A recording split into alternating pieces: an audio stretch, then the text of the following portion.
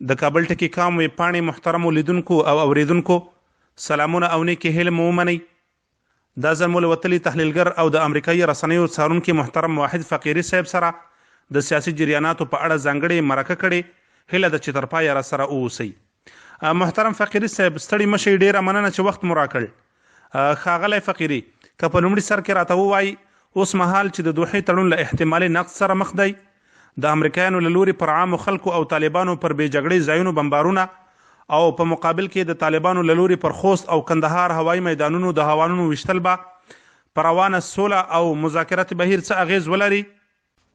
لومړی د کابل ټکی کام ویب سایټ ټولو درنو کتونکو ته مینوالو ته خپل احترامات وړاندې کوم. دوهم، ستاسې د دې پوښتنې په جواب کې باید ووایم چې فقط 2 ورځې مخکې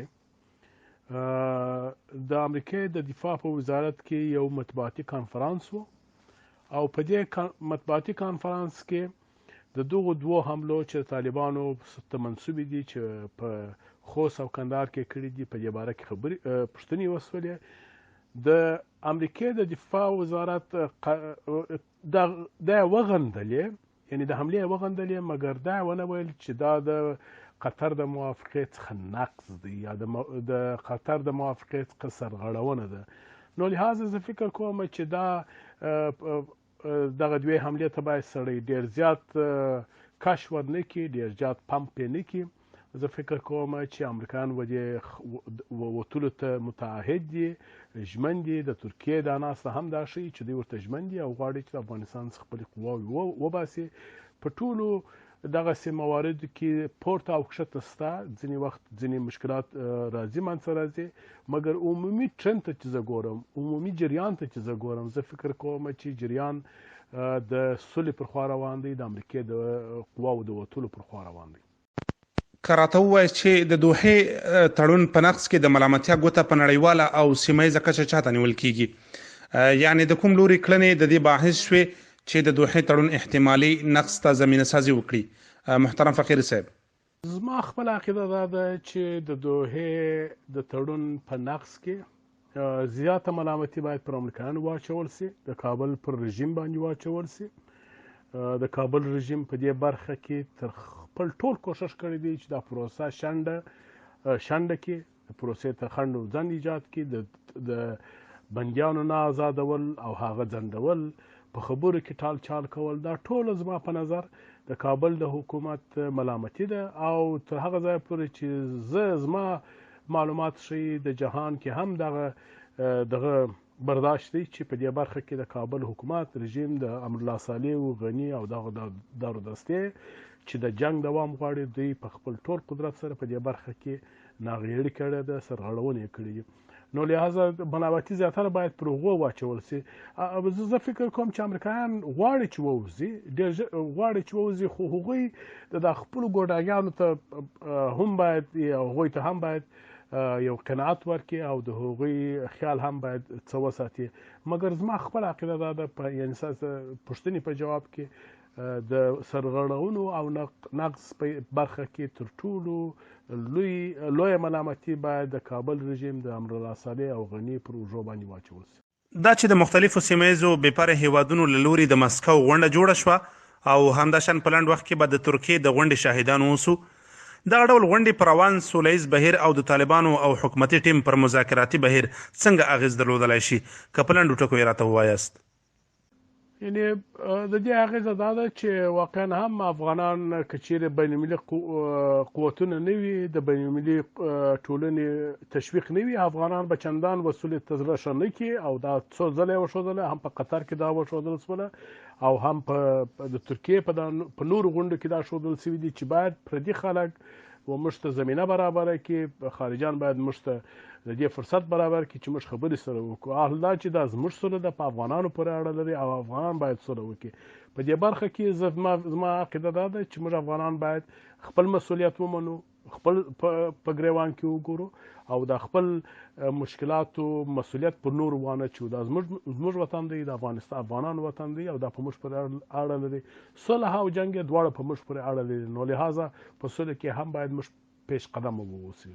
محترم فقیر صاحب، او چې هر لوری په دې هڅه کې دی ترڅو د سولې لپاره له خپله ځانه یو طرحه جوړه کړي چې له جملې د اشرف غني طرحه، د خلیزات او امریکا طرحه، د سپیدار دو طرحې، د ښاغلي حکمتیار طرحه او همداسې نورې. ستاسو په فکر د یادو جهتونو له جملې به کومه طرحه وي چې د افغانستان 40 کلن ناورین پرې پای ومومي؟ زما خپل عقیده دا ده چې هغه ښه طرحه به دغه وي چې د یو نوي حکومت خبره پکښې رانغښتې وي، د اوربند خبره پکښې کې وي او د یو مشروع حکومت د جوړېدو خبره پکښې رانغښتې وي، د افغانستان د خلکو د حقوقو د ساتلو خبره پکښې کې وي.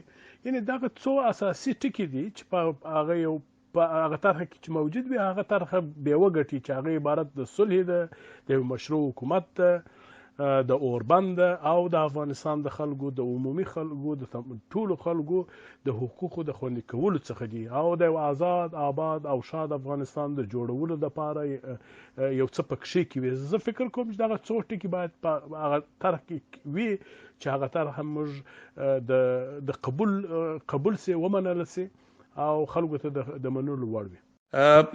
که په وضاحت سره راته ووایي چې اوسني سیاسي جریانات کوم لوري ته روان دي، یعنې د افغانستان په ګټه او که په زیان؟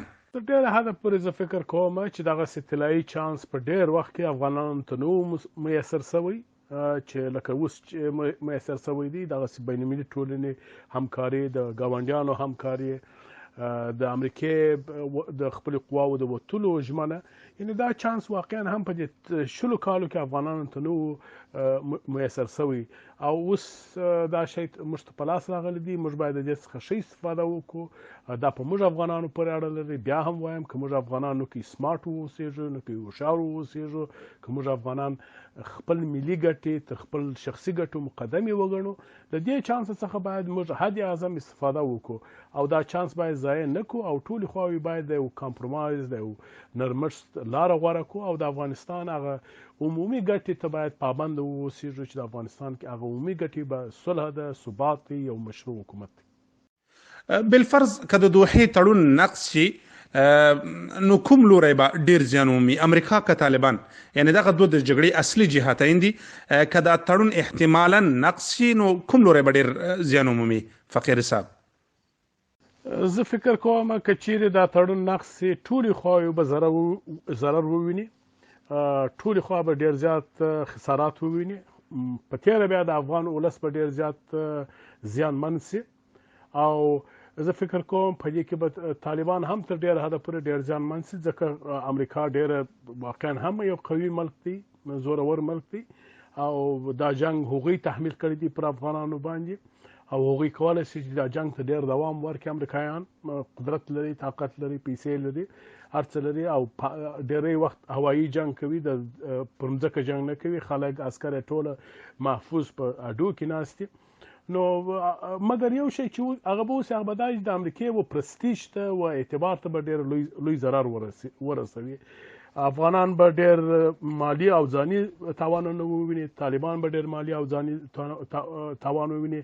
مګر زه تاسو ته دا په ډېر په ډاډ ویلی سم چې بالاخره به امریکا له افغانستان څخه وځي، بالاخره به امریکا خپله ماتې مني او دا به بهتر وي د امریکې دپاره چې د دغو د دې لجاجت څخه لاس واخلي او د قطر د موافقه پوره عملي کړي او د افغانانو سره د صلح، ثبات او امن پر راوستلو کې کومک وکړي او د دغه دښمني نوره ختمه کړي. ځکه افغانانو پر دوی حمله نه ده کړې، دوی پر افغانانو حمله کړې ده، دوی پر افغانستان باندې تجاوز کړی دی. نو لهذا دا د دوی وظیفه ده چې خپل تجاوز، خپل دغه اشغال ختم کړي. د دوحې تړون تر نقض وروسته به د چین، روسیې، ایران، پاکستان او نورو سیمه ییزو ګاونډیو هیوادونو غبرګون سوي. دغه هیوادونه د هغو هیوادونو له جملې څخه دي یا هغه هیوادونه دي چې د دوحې تاریخي تړون په لاسلیک کې برخوال و، د ناظرینو په شکل باندې هر ته موجود و؟ زما خپله دغه عقیده دا ده چې دا نقض به ونه سي. زه فکر کوم چې امریکا به خپلو ژمنو ته پابنده واوسېږي. زه چې د امریکې نبض دلته ګورم، په واشنګټن کې ګورم، د امریکې د حکومت نبض ګورم، د خلکو هغې ګورم. زه فکر کوم چې امریکا غواړي دا قصه ختمه کړي او دغه افغانستان دغه اوږد جنګ ته، د بې پایانه جنګ ته د پای ټکی کښېږدي نو لهذا زموږ افغانانو لپاره هم دا لازمه ده چې موږ په دې برخه کې د بیني ټولنې سره کومک وکړو. د افغان ولس لپاره دا لازمه ده چې تماشاچي پاتې نه سي په دې برخه کې، پر ټولو خواو باندې فشار وارد کړي، د افغان ولسونه په ښارونو کې مدني اعتراضونه وکړي د اصولو لپاره، مدني ټولنې راغونډې کړي او په هغه غونډو کې د پر ټولو خواو باندې دا فشار واچوي چې ژر تر ژره دغه مسله ختمه کړي. یعنې په دې برخه کې موږ باید یوازې و خارجانو ته کښېننو، موږ خپل افغانان خصوصا شهري طبقات او اقشار، محصلین، لیکوالان، دغه نور دغسې افغانان چې په دې وطن باندې زړه سوځي، هغوی هم په دې برخه کې ډېر لوی مسؤلیت لري چې په دې برخه کې باید فعال واوسیږي او هر هغه څوک چې په دې برخه کې ناغېړي کوي پر هغه باندې فشار واچوي او موږ کولی شو چې په دې برخه کې ډېر جدي او رغنده ګامونه واخلو. د وروستۍ پوښتنې په توګه په روانو ترنګلو حالاتو کې طالبانو او کابل حکومت څه کول پکار دي ترڅو یوې داسې سولې او روغې جوړې ته سره ورسیږي چې د افغانستان ازادي تامین کړي او په ترڅ کې دلته اسلامي نظام حاکم شي؟ تر ټولو مهمه خبره دا ده چې دواړې خواوې، دواړې متخاصمې ډلې دغه ماکسیملیست چې ورته وایي یا حد اکثر یا حد اعظم غوښتنو څخه تیر سي، یو د منځ ټکي پیدا کړي، د داسې ټکي پیدا کړي چې پر هغه باندې د دواړو خواو باندې موافقه باندې ولري، تفاهم باندې وسي او یعنې یو څه یو تیر سي، یو څه نور بل تیر سي. د دې لپاره ځکه دا ډېره مهمه مسله ده، ملي مسله ده، دا د ټولو افغانانو مسله ده، دا یوازې په کابل او طالبانو پورې اړه نه لري، دا د 15 میلیونو افغانانو برخلیک دی. نو لهذا دواړې خواوې باید دا مد نظر ونیسي چې دلته نور خلک هم موجود دي، نور انسانان هم موجود دي او هغه د دوی وطنوال دي او د دې وطنوالو باید غم وخوړل سي.